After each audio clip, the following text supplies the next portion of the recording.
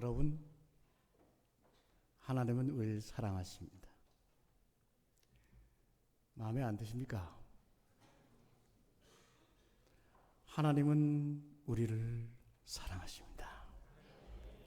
얼마나 귀한 복음입니까? 그 하나님의 사랑은 예수님의 십자가 사건을 통해서 증거되었습니다. 우리 주님이 십자가에서 저와 여러분을 대신하여 죽으셨습니다. 그리고 다시 살아나셨습니다. 오늘 본문 13절 말씀에 보면 사도 베드로가 바로 이 복음을 사람들에게 전하고 있습니다. 아브라함과 이삭과 야곱의 하나님 곧 우리 조상의 하나님이 그 종 예수를 영화롭게 하셨느니라. 이 말씀이 곧 베드로의 두 번째 설교가 됩니다. 때는 성령님께서 베드로와 요한을 통하여 날 때부터 안진뱅이 된 자를 일으켰던 기적의 사건이 있던 날이었습니다. 그 기적을 보고 사람들이 몰려들었습니다. 놀랐습니다. 기이한 일로 여겼습니다. 많은 사람들이 성전으로 몰려들었습니다. 베드로와 요한은 바로 그 9시 오후 3시에 기도와 예배 시간을 마친 후에 성전 밖으로 나왔습니다. 그때 이 고침받은 자가 베드로와 요한을 붙들었다고 했습니다. 이 치유받은 사람과 함께 많은 사람들이 몰려오자 베드로와 요한은 성전 밖에 솔로몬 행각이라는 곳으로 이동한 것으로 보입니다. 그 자리에서 지난번 오순절 날에 이어서 사도 베드로는 두 번째 위대한 설교를 하게 됩니다. 이때 베드로의 첫 일성은 이것입니다. 이것은 중요합니다. 어찌하여 우리를 주목하느냐? 12절 후반부에 기록됩니다. 우리 개인의 권능과 경건으로 이 사람을 걷게 한 것처럼 왜 우리를 주목하느냐? 이 주목했다는 말은 집중하여 바라보았다는 뜻이죠. 베드로와 요한이 성전 미문에서 이 안진뱅이를 보았을 때에도 주목하여 보았다고 했습니다. 같은 말입니다. 우리를 향해 주목하는 것이 도대체 어찌된 일이냐? 이것은 가당치 않은 일이다 말하는 것입니다. 우리 조상들은 이럴 때 견지망월이라는 말을 썼죠. 달을 가리키고 있는데 이 손가락은 달을 보라고 달을 향해 가리키고 있는데 달은 보지 않고 달을 가리키는 이 손가락을 보는가? 이 말입니다. 이 일이 우리의 경건의 모습이거나 내 의의 모습으로 이루어진 것이 아닙니다. 이것은 하나님께서 예수님을 영화롭게 하시고 그 예수님의 영이 일하셔서 이 기적의 역사가 나타난 것일 뿐입니다. 그러므로 예수를 바라보십시오. 이것이 사도 베드로의 강력한 설교입니다. 예수님을 향해 시선을 돌리도록 하는 것입니다. 이것은 우리 신앙인들의 기초가 됩니다. 믿음의 본질이 바로 여기에 있습니다. 예수 중심의 신앙인 것입니다. 설교자가 그 설교의 내용 속에 예수가 중심이 되어 있지 않다면 그것은 이단의 교설과 다를 바가 없을 것입니다. 우리가 정말로 신앙생활을 하면서 명심해야 될 것은 기적이 있고 표적이 나타날 때입니다. 초대교회에서 벌어진 바로 이 사건을 보십시오. 많은 사람들은 지금 몰려와서 베드로와 요한을 바라보고 있습니다. 우리가 성령의 역사를 사모하고 간구해서 어떤 은사와 기적이 나타난다고 했을 때 그 자리에 멈추고 그것만 바라보고 있다면 여러분 주의해야 합니다. 자신의 경건과 또한 자신의 권능으로 일을 한 것처럼 자기 의가 드러나기 때문입니다. 명심할 것은 사람이 자랑하려 드는 자기 의의 종말은 반드시 그 결말이 죄의 결말로 끝난다는 사실입니다. 왜냐? 사람의 의지는 아담의 범죄 후로 타락하였기 때문입니다. 기독교의 이적 사건들, 병 고침의 사건들, 각종 은사와 치유와 방언과 예언의 사건들, 이런 것들은 있는 일입니다. 여러분, 전 세계에서 가장 철학적이고 가장 논리적이고 또 사변적이면서도 혹은 변증적인 신학을 하는 나라가 있습니다. 바로 독일입니다. 그 독일의 유명한 신학자들이 이구동성으로 하는 말이 있습니다. 기독교는 신비의 종교입니다. 그토록 논리를 따지고 이성적 표현과 또한 철학적 표현을 중요시하는 이 독일도 기독교는 신비의 종교라고 인정합니다. 그래서 그들은 기도했고 하나님께 간구했습니다. 분단되었던 독일이 통일을 이룰 수 있었던 것이 바로 성령의 그 신비로운 역사를 믿은 그들의 기도가 있었기 때문입니다. 그러나 신비에만 머물면 신비주의가 됩니다. 영적 체험이 말씀으로 다져지지 않으면 신비주의로 머물게 됩니다. 과거의 신비주의에 빠짐으로 수많은 교회와 성도들이, 목회자들이 이단에 빠졌습니다. 그 원인은 말씀으로 올바로 다져지지 않았기 때문입니다. 말씀으로 제대로 다져지지 않을 때 이 신비주의는 첫사람 아담과 하와처럼 이단에 빠지고 미혹에 빠지게 됩니다. 창세기 3장에서 뱀이 하와를 유혹할 때 뭐라고 했습니까? 내가 눈이 밝아져 하나님같이 되리라. 그리고 뭐라고 말합니까? 선악을 알게 되리라 말합니다. 스스로 높아져 선악을 알게 된다고 하여 판단하는 위치에 서려 하는 것입니다. 곧 하나님의 자리에 앉으려 하는 것입니다. 믿음의 사람들이 정말로 조심해야 될 것은 예수님을 믿는다는 그 고상한 위치에 심취해서 자칫 하나님의 말씀보다 자기 의가 앞서고 예수님의 은혜보다 자기의 경건이 앞섬으로써 하나님을 대신하려 드는 교만이 그 심령의 자리를 틀 수 있다는 사실입니다. 한 유명한 선배 목사님이 설교를 하시던 중에 그 예배 중에 한 봉사가 눈을 뜨게 되었습니다. 그야말로 난리가 났습니다. 하나님 말씀이 선포될 때 그 말씀의 능력이 기적을 일으키자 교우들이 야단이 났습니다. 예배를 드리다가 봉사가 눈을 떴다 소리를 지르고 이 사람이 보게 되었어요 소리를 지릅니다. 목사는 기적이 일어났습니다. 그야말로 온 교회가 들썩들썩할 때 목사님이 사람들을 잠잠해시키고 말합니다. 여러분, 하나님의 말씀이 선포되는데 그게 더 중요합니까? 하나님의 말씀이 선포될 때 그 정도의 기적이 일어나는 것은 아무것도 아닙니다. 지금 우리에게는 기적이 일어난 사건이 아니라 하나님의 말씀이 더 중요한 것입니다. 여러분, 교회에 어떤 기적이 있다고 했을 때 그것은 하나님의 역사로 여기셔야 합니다. 심지어 목사나 장로나 혹은 어떤 권사가 집사가 안수하였을 때 병이 났거나 귀신이 쫓겨간다고 해도 이것은 오로지 하나님의 사건이므로 하나님께만 영광을 돌려야 합니다. 여러분들 속에서도 성령 체험이 있는 분들이 있었습니다. 성령 은사가 있는 분들이 있는 것을 알고 있습니다. 성령님의 역사가 나타날 때는 반드시 하나님의 말씀으로 깊이 들어가는 훈련을 해야 됩니다. 이적과 은사들은 반드시 말씀으로 인해서 더 깊은 하나님의 나라 체험을 갖게 하기 때문입니다. 우리 주님께서 공생에 들어가시기 전에 사탄에게 시험을 받았습니다. 돌로 떡을 만드는 것, 절만하면 얻을 수 있는 세상의 권세, 성전에서 뛰어내리는 기이한 이적, 주님은 이 모든 것을 다 하실 수 있었습니다. 그러나 주님이 그것을 거부하신 이유가 무엇이었습니까? 바로 말씀의 목적인 것을 주님은 보여주신 것입니다. 예수님께서 굶주리심 중에 지금 배부르게 되는 것과 혹은 그 일신이 편안함을 누리고 영광을 받을 수 있는 그 기적을 거부하고 오로지 하나님의 말씀을 증거하신 이유인 것입니다.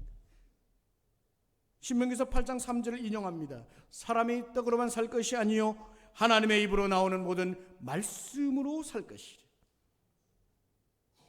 신명기 16장 6절로 말씀합니다. 주 너의 하나님을 시험하지 말라. 신명기 6장 13절로 또다시 말합니다. 주 너의 하나님께 경배하고 다만 그를 섬기라. 유대인의 습관은 밤낮 없이 표적을 구하는 것이었습니다. 요한복음 2장에 보면 습관적으로 끝없이 표적을 구하는 유대인들을 보고 주님이 말씀하십니다. 성전을 헐라. 내가 3일 만에 다시 일으키리라. 결국 가장 영원하고 변치 않는 표적, 구원의 표적, 친히 죽으심과 부활을 말씀하셨고 그것을 이루신 것입니다. 영원한 표적으로 말입니다. 그런 거로 베드로는 사람들을 향해 강력하게 증언합니다. 나를 보지 마라. 이 안진뱅이가 일어나게 된 이 사람도 보지 말라. 오로지 예수님을 바라보라. 사도 요한이 증언했던 것처럼 말씀이 육신이 되어 오신 바로 이 예수님을 바라보도록 인도하는 것입니다. 그리고 그분을 이렇게 소개합니다. 그분은 여러분이 죽였습니다. 빌라도조차 살리려고 했던 그분을 당신들이 거부했습니다. 그래서 저 살인자 바라바를 놓아주려 하지 않았습니까? 여러분이 그렇게 함으로써 생명의 주인이셨던 그분을, 여러분을 창조하셨던 하나님의 아들 생명의 주인을 직접 죽이고 만 것입니다. 그러나 하나님께서 죽은 자 가운데서 그분을 살리셨습니다. 그분을 영화롭게 하셨습니다. 15절에 놓치지 말아야 할 심오한 말이 있습니다. 우리가 이 일의 증인입니다. 그 이름을 믿음으로 그분이 이 일을 이루셨습니다. 그분이 하셨습니다. 그리고 주님께 돌아오기를 촉구합니다. 사도행전 3장 17절에서 19절 말씀 우리가 읽었지만 한 번 더 읽겠습니다. 현대인의 성경 버전으로 한번 다 같이 형제 여러분 이 구절로 함께 읽겠습니다. 스크린 보시면서 함께 하시죠. 형제 여러분, 여러분의 지도자들처럼 모르고 그런 일을 할 줄로 압니다. 그러나 하나님은 모든 예언자들을 통해서 그리스도가 고난을 받을 것이라고 미리 말씀하신 것을 이렇게 이루셨습니다. 그러므로 여러분은 회개하고 하나님께 돌아오십시오. 아멘. 유대인 지도자들도 여러분도 이러한 영적 사실을 모르고 한 일이었으므로 이제 회개하라 하는 것입니다. 하나님께서는 이 일까지도 예언자들을 통해 미리 말씀하셨고 그것을 모두 이제 이루셨으므로 이제 회개하고 하나님께로 돌아오라 하는 것입니다. 베드로가 전하는 말씀의 핵심이 이것입니다. 이제 하나님께로 돌아오라. 성경이 촉구하는 결단의 말씀이 이것입니다. 하나님께로 이제 돌아오라. 우리가 호세아 선지자의 외침을 듣지 않았습니까? 오라, 우리가 여호와께로 돌아가자. 오순절날 베드로의 설교에서는 3,000명이 회개했다고 했습니다. 이날 솔로몬 행각의 설교에서는 남자 수만 5,000명이 회개했다고 했습니다. 그들에게 말씀이 임한 것입니다. 히브리서 4장 12절 말씀 우리에게 전해집니다. 하나님의 말씀은 살아있고 활력이 있어서 운동력이 있어서 좌우에 날선 검과도 같이 예리하여 혼과 영과 및 관절과 골수를 찔러 쪼개기까지 한다고 말씀합니다. 그 말씀의 능력이 이들에게 나타난 것입니다. 오늘도 말씀 앞에 계신 여러분, 그간 모르고 주님을 배반하였거나 주님을 십자가에 못 박는 일이 있었다면 이제 회개하고 하나님께로 돌아가십시다. 하나님이 회개하여 하나님께 돌아오라 하는 이유가 무엇이겠습니까? 하나님은 사람들을 끌어모아서 그 사람들로 세를 불려서 정치하려고 하는 그런 분이 아닙니다. 하나님은 우리를 사랑하시는 분입니다. 우리를 만드신 분입니다. 우리를 보내신 분입니다. 오늘까지 우리를 길이길이 참으시며 사랑하시는 분입니다. 그분은 아십니다. 하나님께 돌아올 때야 비로소 참된 복을 얻게 된다는 사실. 그래서 돌아오라. 누가복음 15장에 아버지를 떠났던 아들을 기다리는 것처럼 돌아오라 하시는 것입니다. 요한복음 15장 5절에서 주님 말씀하십니다. 나는 포도나무여 너희는 가지니 저가 내 안에 내가 저 안에 있으면 이 사람은 과실을 많이 맺나니 나를 떠나서는 너희가 아무것도 할 수 없습니다. 사도 베드로는 이제 회개하고 돌아오는 자에게 얻는 복이 있다고 말씀합니다. 그 세 가지를 제시하고 있습니다. 첫 번째, 오늘 이 세 가지를 정리하고, 첫 번째는 19절 중반에 기록된 대로 회개하고 돌아오는 자의 복은 죄 없이 함을 받는다. 성경 기록합니다. 죄 씻음을 받는다는 것입니다. 여러분, 이 죄가 무엇인지 아시지요? 생명의 주 되신 예수님을 죽인 죄입니다. 유대인들은 오늘 현대인들과 마찬가지로 십계명이 있었기 때문에 살인죄가 얼마나 무서운 죄인지 알고 있습니다. 십계명에 기록된 이 살인죄는 인륜의 가장 큰 죄로서 살인자는 마땅히 사형을 받아야 마땅했습니다. 이것을 알고 있는 유대인들에게 베드로는 말합니다. 당신들은 인간을 살인한 정도가 아니라 그 인간의 생명을 만드시는 주인, 신을 죽인 살신죄를 저지른 사람들이다. 살인죄도 그러한데 그들의 하나님이 보내신 아들 예수를 죽인 죄는 얼마나 심각한 것인가 가르쳐주고 있습니다. 그러므로 그들을 향해 말하는 것입니다. 회개하십시오. 회개한다면, 진정으로 회개하여 하나님께 돌아온다면 하나님께서 그것을 씻어주실 것입니다. 여기 씻어준다는 말은 깨끗하게 씻어 완전케 한다는 것입니다. 한 성서학자는 이 씻어준다는 용어를 해설을 하면서, 엑셀라이프라는 말, 이걸 해석을 하면서 이렇게 말합니다. 고대에는 파피루스의 글을 썼습니다. 그것은 지금 우리가 쓰는 잉크와는 다릅니다.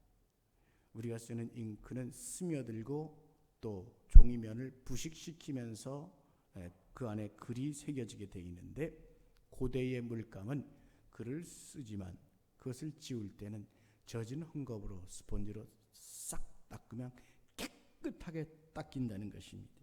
죄사함은 바로 그것을 의미한다고 했습니다.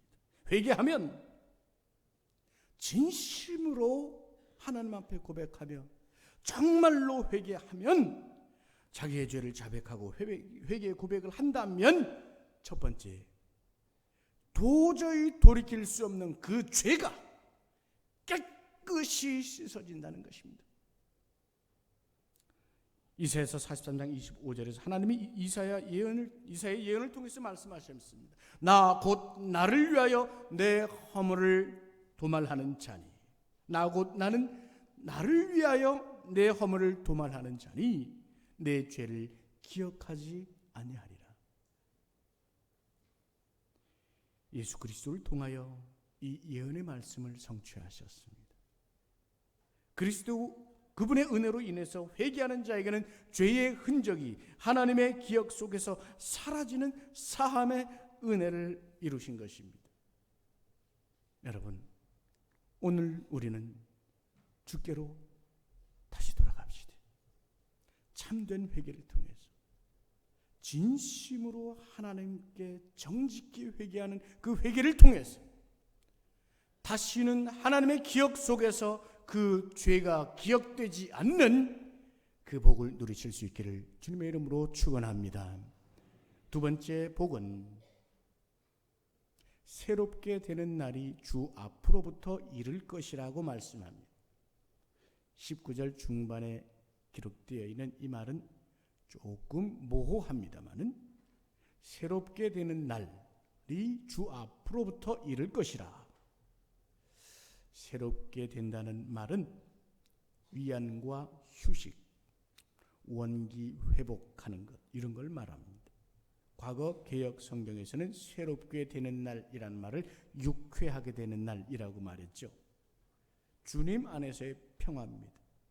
주님께서 부어주시는 평화와 휴식을 얻게 된다는 말입니다. 이것은 죄사함과 더불어 얻게 되는 참된 복입니다. 회개하여 죄사함을 입을 때 함께 더불어 얻게 되는 희열입니다. 자유입니다. 해방입니다. 예수께서 모든 죄를 씻어 주실 때 누리게 되는 희열을 말하는 것입니다. 우리도 신앙생활을 하며 참된 회개의 기도를 해보셨죠? 그야말로 회심의 변화되는 역사의 순간들 여러분 경험하셨죠? 없었다면 붙드십시오. 우리는 진정 회개의 경험이 없을지도 모릅니다. 우리가 예수님을 믿고 회개하며 진실되고 참된 회개의 기도를 드릴 때 우리 속에 성령님이 선물로 찾아오십니다. 사도 베드로가 설교에 말씀한 대로 회개의 기도를 드릴 때, 회개할 때에 성령이 선물로 오시는 것입니다. 성령 충만을 얻게 됩니다. 말할 수 없는 희열이 가슴에서 채워져서 바뀝니다. 시각이 바뀝니다. 심령이 바뀝니다. 시선이 바뀝니다. 기쁨의 시각으로, 긍정과 사랑의 시선으로 바뀝니다. 하늘이 달라집니다. 세상이 달라집니다. 가정이 달라집니다. 사람들이 달라집니다. 교회가 달라지게 되는 것입니다. 여러분, 이 참된 자유와 성령님이 주시는 참된 희열의 역사가 바로 우리에게 있어야 될 줄로 믿습니다. 어거스틴의 유명한 고백을 기억하시기 바랍니다. 오 주님, 우리가 당신 안에서 안식할 때까지 우리 영혼엔 진정한 안식이 없나이다. 오늘 미래를 위한 염려와 근심에 쌓인 분이 계시다면 먼저 회개하고 성령으로 충만하시기를 바랍니다. 과거의 끈에 묶여서 한 걸음도 앞으로 나가기 어려운 분이 계시다면 먼저 회개하고 성령으로 충만하시기를 바랍니다.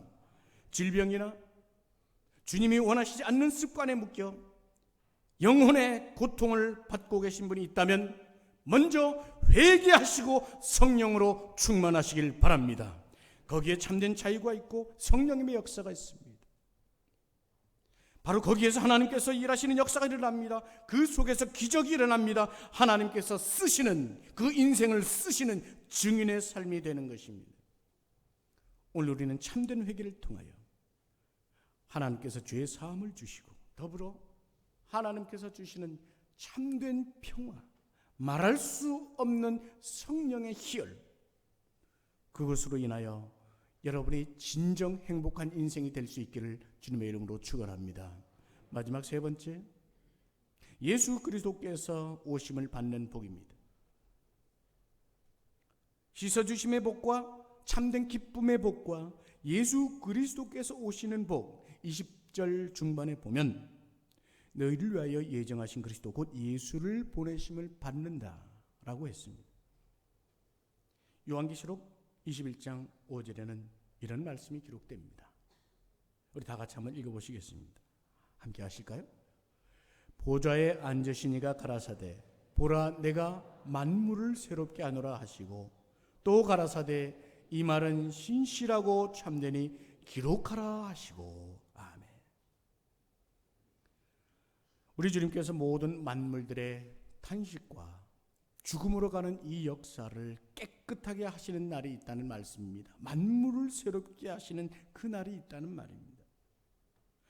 로마서 8장에 의하면 세상에 많은 피조물들이 신음하고 탄식하고 있습니다. 그 신음과 탄식의 소리가 지금은 말할 수 없이 커지고 있습니다. 지난주 여러분의 기도로 몽골 사역지를 다녀올 때 제 마음을 크게 아프게 한 게 있습니다. 도처에 저 넓고 푸른 땅을 보면서 우리 어르신들 이곳에 모시고 와서 여기에서 사역도 하고 전도도 하고 또 구경도 하면 좋겠다 하는데 호수들이 있는데 메말라가는 호수들이 있습니다. 호수 주변이 허옇게 되어 있습니다. 제가 여쭤봤습니다. 선교사님 이거 어떻게 된 겁니까? 지금 몽골이 3년째 가뭄이 들어서 1년에 1000개씩 호수가 메말라가고 있답니다. 호수가 1000개씩. 메말라가는 호수 주변에는 허옇게 서려 있는 게 뭐냐? 소금. 물이 메마르고 그 안에 남아있던 소금기들이 소금으로 그냥 응결되고 있는 것입니다. 참으로 우리가 여러 나라를 위해서 기도해야 되겠지만 우리 몽골을 위해서는 많은 기도가 필요함을 느꼈습니다. 극심한 석탄 제로 사용으로 인해서 지구가 온난화되고 비가 내리지 않는 소위 재앙의 땅이 되고 가고 있는 것입니다. 그들은 그런 재료를 쓰는 게 아니라 주변 나라들, 선진국, 문명국들이 쓰는 석탄 재료들로 인해서 그들은 그렇게 메말라가고 있는 것입니다. 이 피조물들의 신음과 탄식을 어찌 해야 되겠습니까? 우리가 위해서 기도해야 되지 않겠습니까? 또한 이런 모든 피조물들의 몸살 어린 탄식을 주님께서 궁극적으로 만물을 새롭게 하시는 날이 있다는 것입니다. 바로 그날의 성도들은 주님의 오심을 바라볼 것입니다. 주님께서 이루시는 새하늘과 새 땅을 바라보게 되는 것입니다. 그날 회개하지 않는 사람들은 멸망의 징조를 봄으로써 사색이 되고 죽어가게 되겠지만 회개함으로 죄 씻음을 받고 성령의 사람이 된 사람들은 주님의 오심을 바라보며 노래할 것입니다. 두 손을 들어 찬양할 것입니다. 환영할 것입니다. 마란나타 아멘 주 예수여 오시옵소서. 이것이 오늘 우리의 신앙이요 간증이요 또한 미래가 될 수 있기를 주님의 이름으로 축원합니다. 말씀 마치고자 합니다. 여러분 베드로가 누구입니까? 예수님의 제자의 사도입니다. 그러나 그의 본성은 본래의 성품은 그렇게 존경받을 만한 성품만 있었던 것은 아닌 것을 잘 알고 있습니다. 성급했습니다. 쉽사리 화를 내고 변덕스러운 면도 있었습니다. 주님 앞에 결정적인 실수도 있었습니다. 그러면서도 마음이 약하고 겁도 많은 사람이었습니다. 그런데 놀랍게도 그의 말씀은 위대합니다. 권위 있고 능력이 있습니다. 오늘 본문의 두 번째 설교로 인해서 남자만 5,000명이 회개했다고 했습니다. 이 사람이 위대해서인가요? 말씀이 위대한 것입니다. 그분이 강력히 선포했던 것처럼 예수님의 이름이었습니다. 성령 충만한 자에게서 나오는 증인의 권능이 있었던 것입니다. 여러분 기억하시죠? 사도행전에서는 처음부터 끝까지 꽉 붙잡고 있어야 될 요절이 하나 있습니다. 사도행전 1장 8절 오직 성령이 임하시면 너희가 권능을 받고 예루살렘과 온 유대와 사마리아와 땅끝까지 이르러 내 증인이 되리라. 내 증인이 되리라. 내 증인이 다 할 때까지 내 증인이 되리라. 아멘. 증인이요.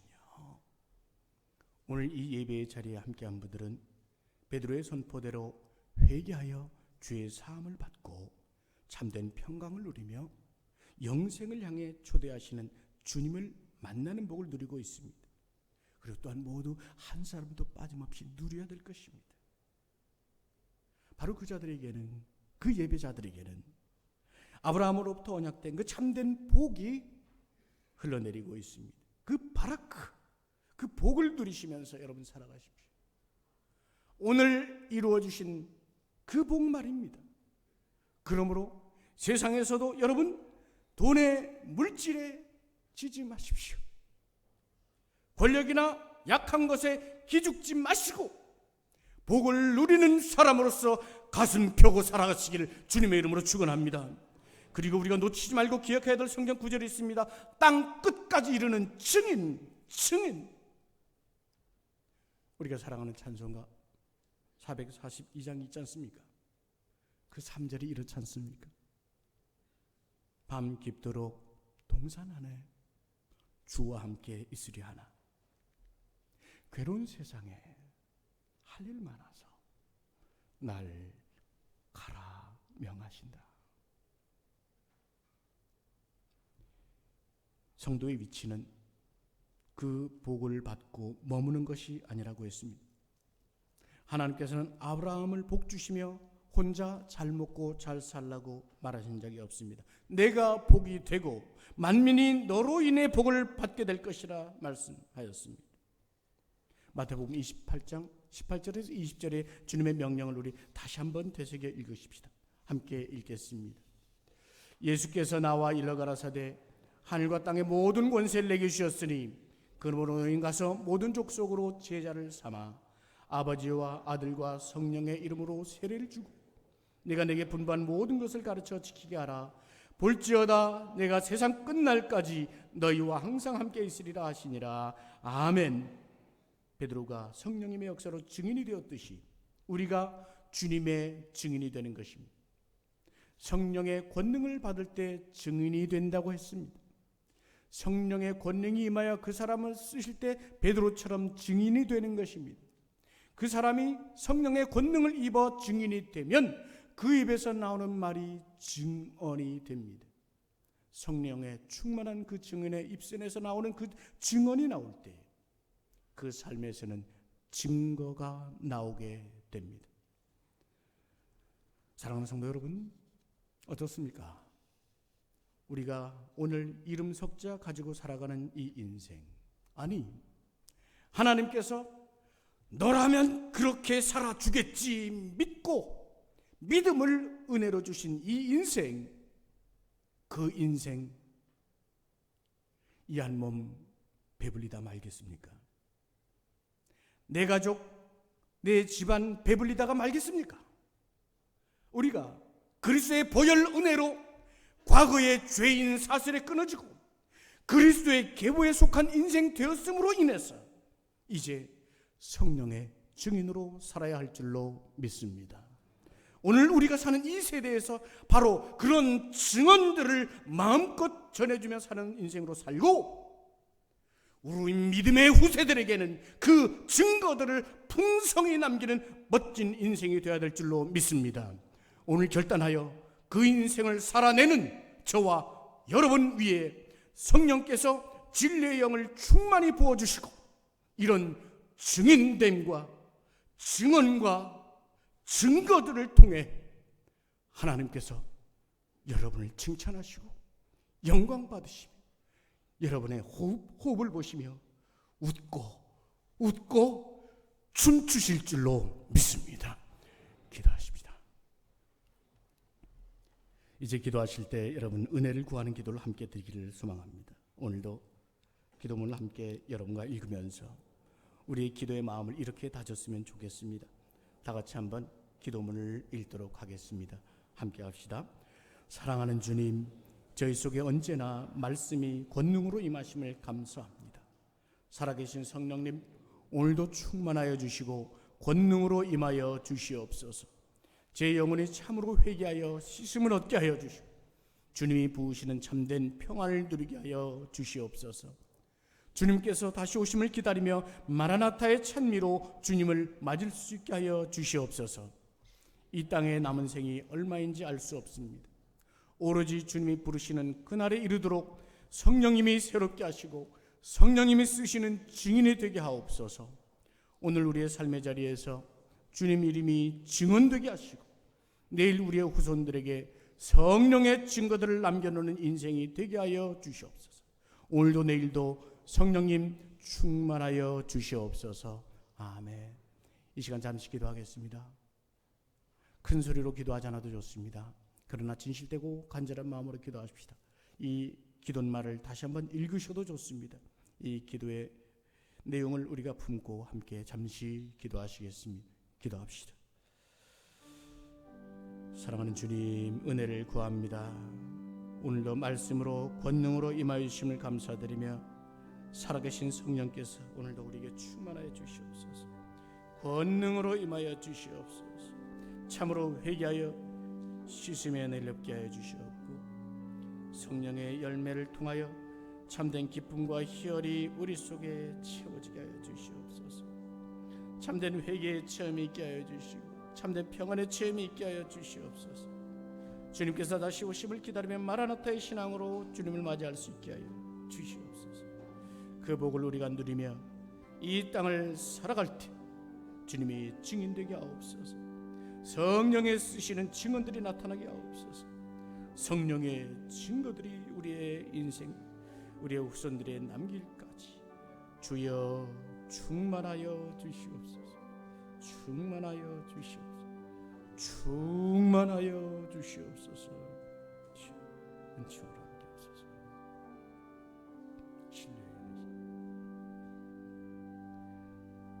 사랑하는 주님, 오늘도 저희의 영혼을 예배당으로 인도하시고 주의 말씀을 듣게 하시니 감사하옵나이다.